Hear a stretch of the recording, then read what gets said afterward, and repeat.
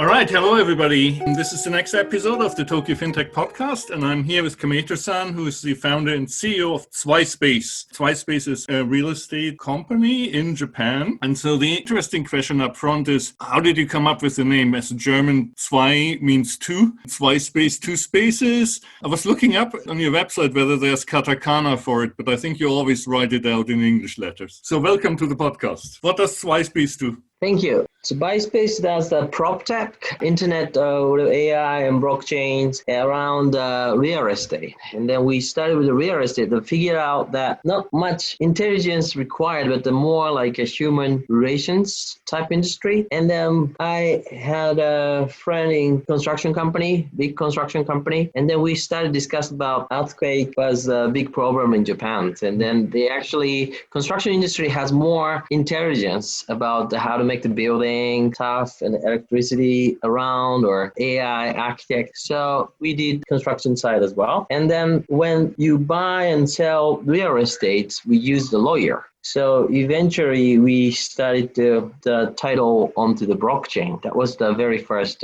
product around the blockchain. So we filed the patents. We got blockchain related patents and smart contract patents. And then last year, we tied up with lawyers who are doing inheritance so that we create the inheritance smart contract. And now we created a wallet for the users to invest in the real estate with tokens and other startup tokens. It's not about that we claim ourselves like an AI blockchain tech company, starting from around the prop tech. Covers the whole life cycle on real estate investment then. By finding the cheap land is one of the most important, like arbitraging. And then, of course, creating a tough building with a reasonable price is one way, but it's a Japan-specific or Asia-specific things around the earthquake. Oh, by the way, the Zweispace name came from I studied physics at Kyoto University and was a good fan of the Einsteins. We learned all about all those physics laws, and Einstein was kind of the key guy. And then when I see Airbnb and WeWork, we thought like,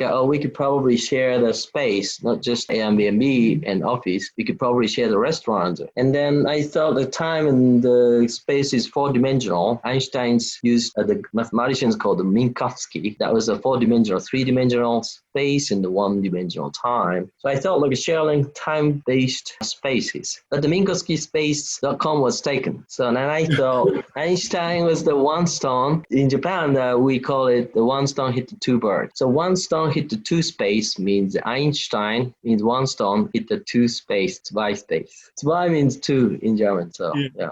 Very clever. So you studied physics in Kyoto University. I wanted to study about the time, the futures and past, and if we could handle the time well, that would be fantastic. So I picked Kyoto University instead of Tokyo University because Kyoto University has a lot of crazy people who think about going to like black hole or whatever. So I thought that's the way. And I went there, and the internet boomed around that time. And luckily I could study up until like graduate school when I was a freshman because they will allow us to take whatever classes. And then with my friend, I took the Einstein course the freshman year. And then I met the internet before everyone else, probably in Japan, because the internet started at the Salon, the accelerator in Europe. And then we could share pictures of the accelerators in the physics department. At that time, only like at Tohoku University, Tokyo University, Kyoto University, we got a good mirror server, just like a Keio University tennis club, just to study the website. My first website was 1996 or about the foreign exchange rate. German professors kind of liked my site about my prediction was correct. I studied the quantum optics there, the laser. Around that time, like MIT graduate students get the Nobel Prize for the thesis and the experiments that they could cool down by like X, Y, Z directions, a beam to cool down the atoms into almost 0 Kelvin. And right now, there are a lot of quantum computing attempts in Google and China. And then they need to cool down to process that. So they need nitrogens. Liquid nitrogens. So I know all those things. But the reality is that they will not catch up soon to be able to make a real usable computer. And then they talk about quantum computing can hack the code. If you use twice the same code, just add a single character in between the coding, like a SHE-2256, or 2 character in between the coding. And that will be require another equipment for the quantum computing. So it's pretty pretty hard to crack the code, I think. Blockchain is safe for the time being, at least. Yeah, blockchain is an interesting idea, and that kind of requires a lot of energies. It doesn't have to be blockchains, but the blockchain is so far the most well thought way to protect the record. And then when it comes to the computers or massive attacks to the computer, or someone inside the CIA or inside NSA is hacked, or like some telecoms, the CTO is hacked, in those situations that we probably need blockchains. Now, otherwise, it's pretty hard. We may come up with a better solutions, but right now blockchain has an advantage. So I think it's interesting. And then I was already in the real estate when I found the Bitcoins. It was usable for real estate. One of the ex-minister in charge of the real estate sector in Japan was mentioning about that maybe like 4 years ago or 3 years ago, that blockchain is more usable for registrations type of technologies. You started Zweispace in 2015, is that right? Yeah, 15, around September, November, I was in a real estate company called Openhouse. The owner was in Century 21 franchise, American franchise. And he was number one in Japan for 6 or 7 consecutive years. At the very end, he became the world number one sales in Shibuya. Starbucks is top sales in Shibuya. And then he was number one Century 21 franchise. And then he quit and then listed in Tokyo. And I joined, and he could kindly let me study in his group right after he got IPO. And now about like a $3 billion company. Now maybe like a 6th or 7th largest in Japan. I studied there like 14 months, and around the time of when I quit, I started this site, Zweispace.com, and then incorporated the next year around May. Okay. We actually with son-in-law of the founder. The person, Mr. Ishii, was really good at the real estate. He was flipping buildings worth about like a $5 million plus or minus, and then $180 million, and then created like a $36 million profit. One person's flipping around 20, 30 buildings. That's interesting, You just flip the building. But sometimes you renovate, paint stuff on the roof, and then sell it like $1 million more. He sold houses in his father-in-law's company when he was like a high school. 2 houses and weekends. And the one house probably make a $50,000 to $60,000 profit. So very talented. I discussed with him, or maybe why don't we make a great real estate company? And then I will probably make a great internet side real estate services. Real estate is more really like not like a Harvard type, more like the people who like the woman, who like to hang out, and who likes to drink a lot and then play around. And a lot are not going to the graduate school or even colleges. In IT industry, the leaders in the IT industry is like Harvard, top of the Harvard, or dropout. Because it's too smart. It's totally opposite. But I think if we tie up, then we can see the both industry, and then we can share the wisdom. And he's really good. And I was Softbank CEO's office. I was a director there, and I could see Bill Gates' operations and Jack Ma's operations, and then we see all the internet around Asia. I think I know well around the internet. So with both capacity, maybe we could read real estate internet. So we've been awarded like a product number 1 in APEC, and now the KPMG talking about maybe you are good innovative companies, and we are selected as accelerator in Silicon Valley. Now discussing with large construction companies to potential corporations in those sense regions. If you look at many of the service sectors in Japan, they are still so paper-based, and real estate, right, is also very, as you said, it's a very interpersonal business. You hang out with people, you know the people. Are you really going to make it completely digital? Where's the border where it will break down and become more digitized business? Yeah, I think it's the same in anywhere, not just in Japan. But people wants to, when it comes to buying and selling like $1 million house, you want to be serious about paper, have to pay whatever money for the lawyers to make it certain. Paperwork will be necessary, and not just that, like intermediary real estate guys, they make good money as well, but it's kind of like not easy to convince both sides. You have to be in the middle.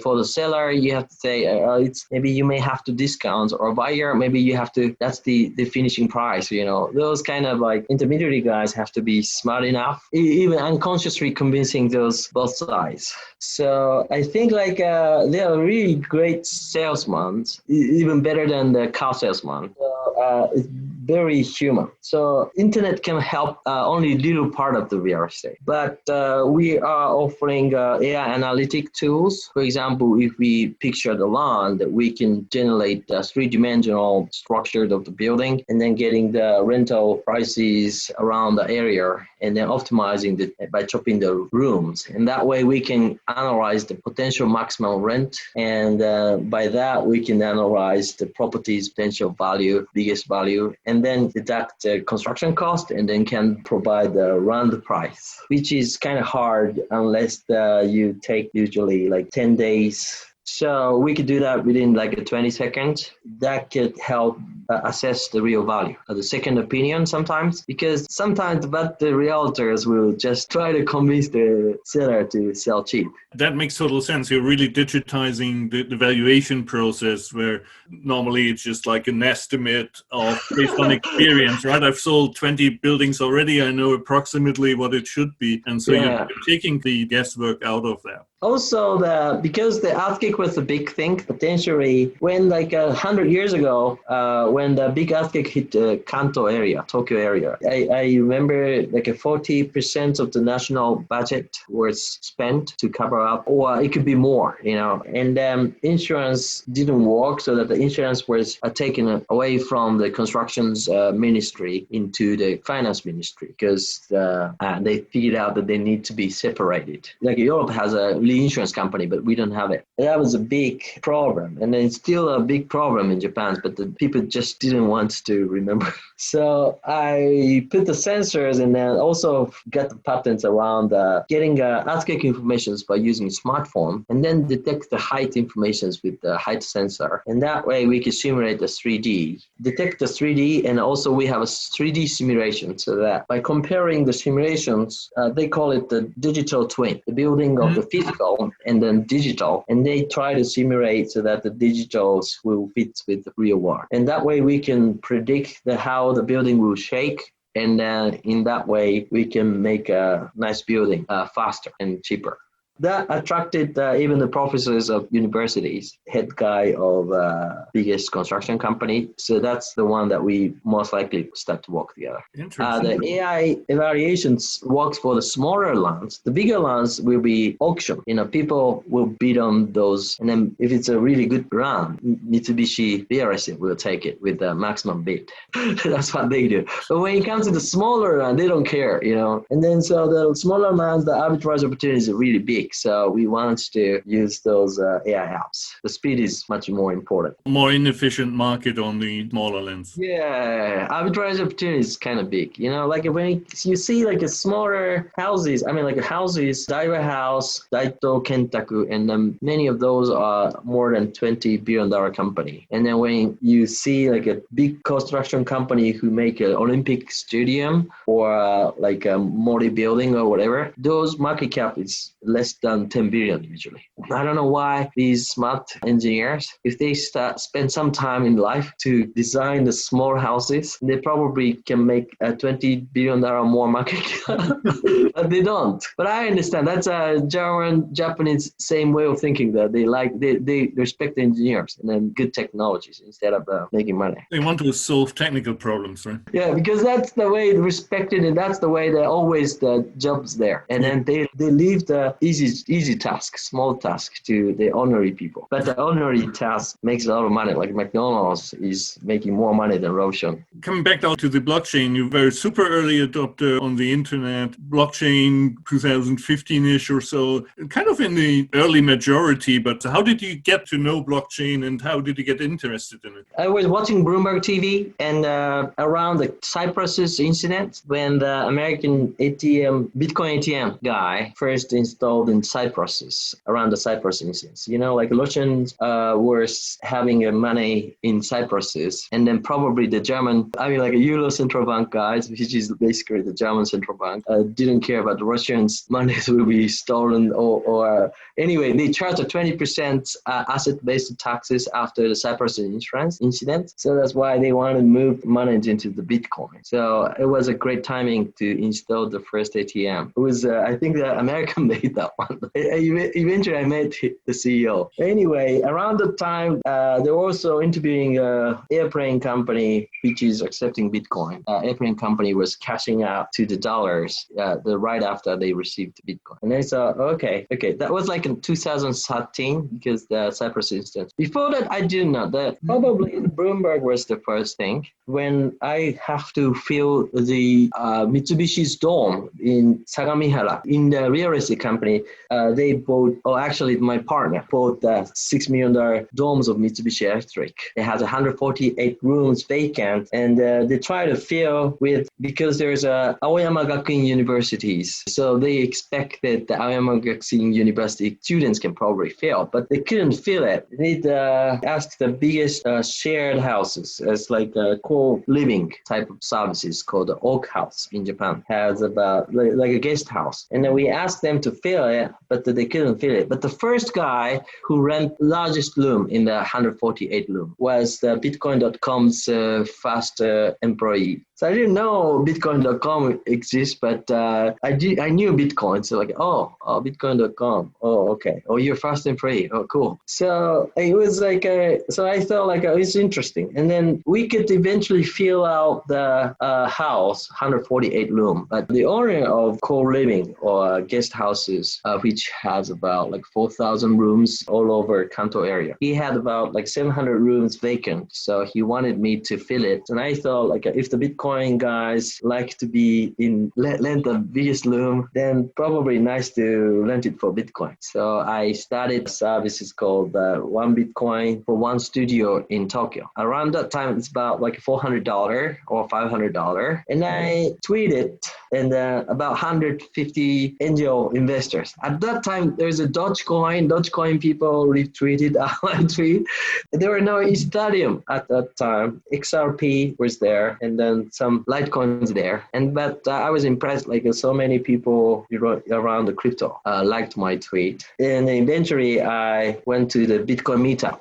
Chishido-san was hosting and Roger Bar sometimes visited. And I knew that, he's the Bitcoin.com guy. And then there's a lot of the Bitcoin.com, even CTOs there. So we started to know each other. And then around that time, I also met the guy who was arbitraging Ethereum and other cryptos, flipping money cross-border, exchange the coins. So he has to have a Russian market and American exchanges. The Japanese exchange probably not there, although just started in Hong Kong and Singapore. So there's many, like a 5 to 10% arbitrage opportunity. It takes like 3 days to send the dollars to, and then probably buy Russians and send it to Chinese. Because in Russia, pretty much shut down anytime, but they mine a lot of coins. And the Chinese want to escape the money outside. So they will buy the Bitcoin whatever price, right? So constantly there are opportunities.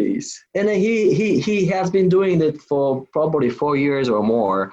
So now he got a good credit and only accepted in corporate. But now a lot of the global class banks are having an account for him. So when you rented out the rooms for $1 per month, did you have to sell it for operating cost, or you were basically mining Bitcoin by renting out rooms, and you have a very nice entry price at $400, $500? Not many, actually. I asked the Bitcoin.com people, are you going to rent this one? But the Oak House's property was really suburban area. The Bitcoin owners usually around that time was a leeching, so that they didn't want to rent the suburban area ones. I bought some Bitcoins around that time from those guys coming to the Bitcoin.com meetup and the guy who were doing arbitrage. He recommended me to buy Ethereum around less than $1. And then they were talking about, there's a DevCons. This year's DevCon was really big. And then there were Augur and the Cardano or many other things happened. And the idea is that they have like a stock, like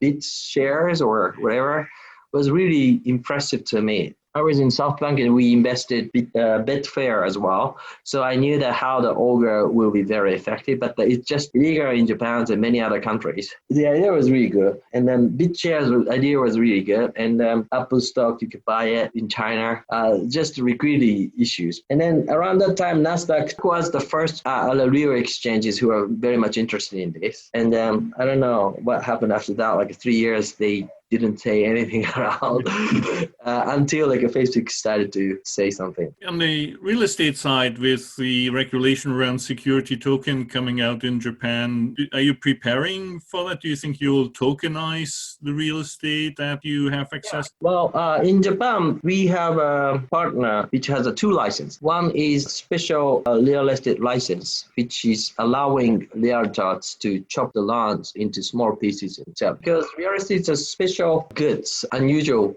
goods. And for example, if you buy the condo, like a big apartments in the complex, and then you chop into pieces and then sell it, and you don't need a financial professional. The realtor can do that. If you have a big lands, you chop it and sell it. Kind of like a tricky part. You don't need a financial license, even if it's variable. So in Japan, the ministries, financial ministry and the real estate ministry, and then they have, of course, they have in a silo, and then the real estate ministry wants to keep their rights also. So we have a special law around real estate to let only limited number of realtors to be able to issue those securitized version of the real estate. But the second hand is another thing. So like for second hand, the first buying the property is okay, but when you sell those papered versions of the property, you need the financial license. And then that's a kinshon issue. There's a first class and second class. The second class is enough for that. It's not like a security fund. It's just have to be liable for the investors, telling the truth about value, or not over pushing, It requires more qualifications than the crypto exchange. So in Japan, the crypto exchange is regarded as the kinyu kaisha, which is like ordinary, whatever kind of the financial. It's not like a bank, it's not the insurance company, it's not the security. It's a list of the ordinary companies is categorized. The crypto exchange is categorized in that one. I have a security analyst license, and also I used to work in the SBI as a general manager and so I have experience of talking with the FSA around many other licenses. So I'm aware of those things.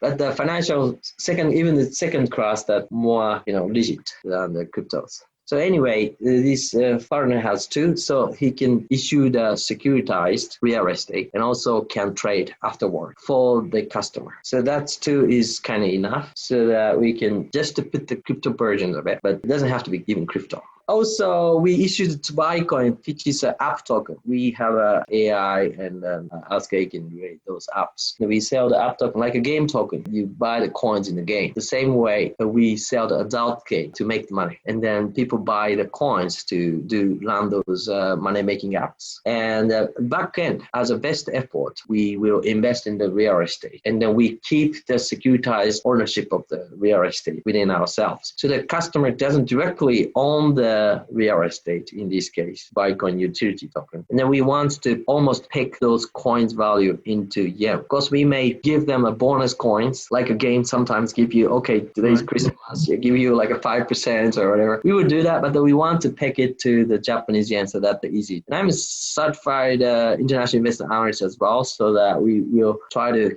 keep their customers' value on it. And then we will do well with managing the assets under us. And then we have, at the end of the day, we need to be really good at real estate investment. And my partner is running the 2,000% a year. So I think it will make it much better than most CEOs out there. If you look at Japanese bank accounts where most of the money sits, you're lucky to get 0.01%. Yeah. So like a big picture is like I want to offer the real estate-based financial system. Back in SBI, I was in charge of like Chris Larsen's Prosper. Prosper was the second business that Chris Larsen started. The third one was the Ripple. Before the Ripple, I was in charge of the Asia for his business. It was a P2P lending platform. So I had to study, as I do when I start the most business. I studied it and then back to all the history of the finance. And then I found a German Jewish in Frankfurt studied this global financial system after the French revolutions when Napoleon freed the Rothschilds and other Jews around that time. And then figured out that gold doesn't generate the interest, but that they have to come up with the interest to make something out of the gold. And because the Jewish have to just happen to be the goldsmiths around there, and so the gold standard started from around around Germany. But in Japan, the rice form, like a hyakumangoku, like 1,000,000 rice a year. That was the samurai shogun or samurai warrior was given. So like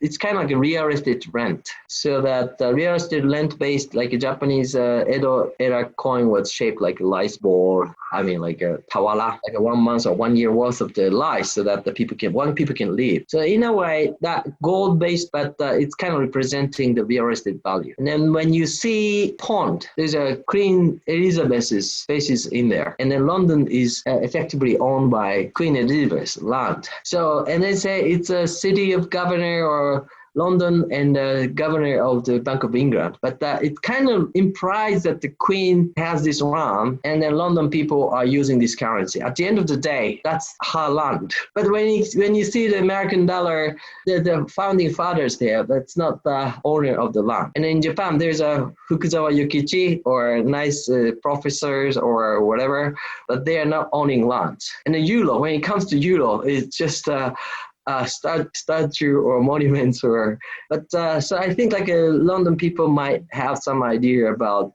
real estate backed currencies. And in Japan, before introducing the like a Jewish German way of international gold backed standard, we have real estate based finance. So we want to create a real estate finance. I like a lead, real estate investment fund. Each coin holder will expect rental revenue coming in. It should be like 5% easy, but out of that, like 1%, we are thinking about storing to the insurance, so that when the person died, we will give the double of the deposit that they have, for example. Or out of some of the amounts will be invested to the startups, which will create the infrastructures around those real estate backed finance.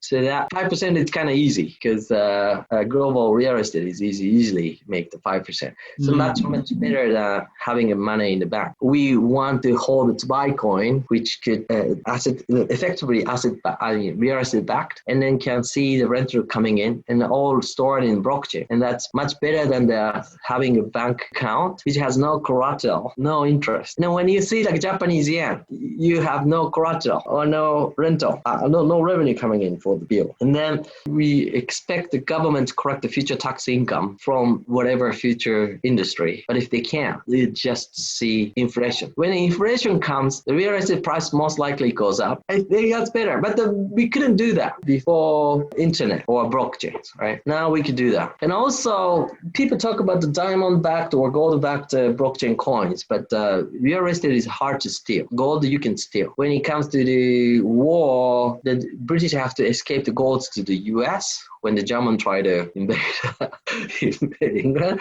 Or there is a common story I heard, like Japanese guys may have stole some of the gold from Russian war, or these things will happen. But the real estate you can't steal unless like some stone hit the earth and break some of the part of the earth pretty hard, right? So the real estate is the only way so that you cannot steal. The big picture is real estate backed financial system. And also when it comes to the security, when you are playing game and it's strong in the game, and then you have a lot of coins in the game. But in physical world, if you are robbed in the house and then stolen the ID, or if you are potentially harmed, and that's a risky. Same as the Bitcoin owner. And then to protect those virtual ID is also means protecting the physical identity or locations. So the physical locations usually protected by realtor. If you're very rich, you are guard, but if it's also ordinarily, people will be probably complain to the realtors. And the realtor usually have a very strong, boxing champions or karates or, American football.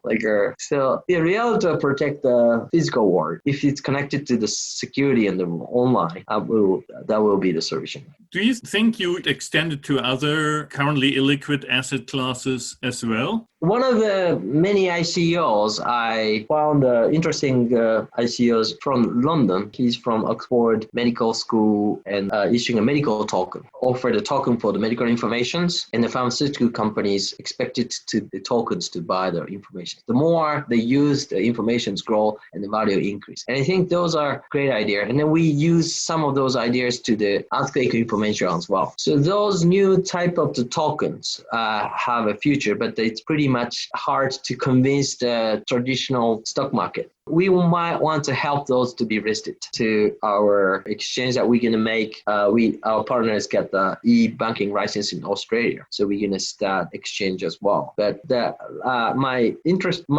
experiences covers like a SBI, which is a VC in Japan, one of the biggest VCs in Japan, so that I can, and also I have a security analyst license, so I can assess the real potential value of the tokens. So that is kind of unique site. So I want to list those valuable ones, including those fiat-based currencies like Asian basket. Like Facebook tried to make a global basket currencies, but he's trying to make an Asian basket currency first, Chinese yuan, and our token is Japanese, depict the Japanese yen effectively. So we created and then listed in Australia. Also, blockchain startups. We meet very good ones sometimes, especially these days. Really good ones is surviving, and then those people, if they want to list, because our users are more investment oriented, because they know that we are backing real estate. So those valuable ones we want to introduce to those people. So that's blockchain startups, or sometimes like a pachinko parlor or gambling, or those unqualified for listing in real stock market. There's still some profitability is there, and then we may list it. Also, some, for example, restaurants is not ready to go list it because it's only like 10 restaurants, and can attract the token users to come and consume. It's like Starbucks stocks, but you can't use the Starbucks stocks globally. But if we offer the Starbucks tokens on our platform, they can use it and they can give a benefit if they have a $10,000 of worth of the Starbucks. That's kind of the thing that we could start. Not just the big ones like Starbucks, but we can start from the smaller ones. So those are some opportunities. And when we talk with startups, blockchain-based startups, many ideas will come. Why Australia for the jurisdiction of the exchange? The person I met in the conference was Chinese, studied in Australia, and he won the hackathon in Binance hackathons, and also the musician, and I play piano as well, and we kind of agreed about the future of the finance, and we were walking, and then he got his investors also invested in the e-banking license guy who also developed apartments in Australia. Coincidence. After all, like Bitcoin may have been starting from Australia. I don't know exactly, but some people say so. I don't think I'll go down the Greg Wright rabbit hole with you. But also another thing, like Australian real estate is good. When you compare the global REIT, real estate investment trust, most of the years Australian real estate investment trust listed has the highest performance in the world. Okay. About some years like 35% annually. So 35% in the real estate investment professionals making it listed class real estate, which is much better than Americans. So maybe the last question to round it out, but you got accepted into the plug and play accelerator in California, so you're going to spend the few months there. Why America is the next market? Was that a conscious choice, or this was coincidental? Because my family is from US. I was in Softbank, and then around the 2000, there's a dot-com bubble, and Softbank invests about 400 companies across California, .com. So I have a chance to meet a lot of the CEOs just listed or before listed. Their entrepreneurs is really good compared to other entrepreneurs around the world. California entrepreneurs are really good, and engineers as well. When it comes to the mechanical engineering and the other electrical engineering, Japanese made good at, and also German has a really good engineers as well. But when it comes to computers, German has a SAP. So Japanese doesn't have any. So German's a little better, but the most of the internet and software is in the US. So naturally, US is the way. And then also the 80% of the money, which is going to be invested, is actually in the US. So that naturally, and then US and Japan mostly respect the ownership of the land, property rights, and starting from the US. So the real estate is the greatest, and also the money is there, and then technology is there. So I think it makes sense to get into it. And already a lot of prop techs raising the 10 millions or hundreds, not to mention the WeWork raising like billions. WeWork, of course, has a financing team in New York, and then my Xbox team has handling that. And some of my friends in Softbank also is connected to that in Japan. Instead of relying on them, I'm starting from ground and then meeting those VCs and meeting those prop tech CEOs. And they have some good ideas, but I'm confident that we have more portfolios and then we have more edgy AI blockchain tools also patented. So I'm sure that if that's the best market and then we are the best company, then we should just go. From an earthquake perspective, all the technology you have there with the sensors that you described, California is a market for that as well, obviously. They experienced the large ones around the end of last year. And then California has a good regulations, and so all those properties and buildings are insured by reinsurance, like a Warren Buffett's reinsurance or Munich reinsurance or whatever. So they're smart, and they're not tall buildings there. And then they want to catch up, but we have a patent. So I think it's a good place to start. Also, one of the biggest real estate companies, mostly considered as a CBRE, if it's not the BlackRock or Blackstone. CBRE started in California right after the California earthquake, 1904 or 5, from the 26 years old guy who just have a 2 years experience with tie up with a little elder guy called Banker, and Charlie and Banker. My partner was like 26 when we started. So I think California was a good target. That sounds like a good path to follow. Best of luck for that. Yeah, thank you. Thank you very much for the conversation. It was very, very educational and interesting. And you have a real business model and you're adding blockchain to it, right? You're not starting with the technology. And I think this is very, very promising approach for that many should think about. Thank you. Cool. Thanks a lot.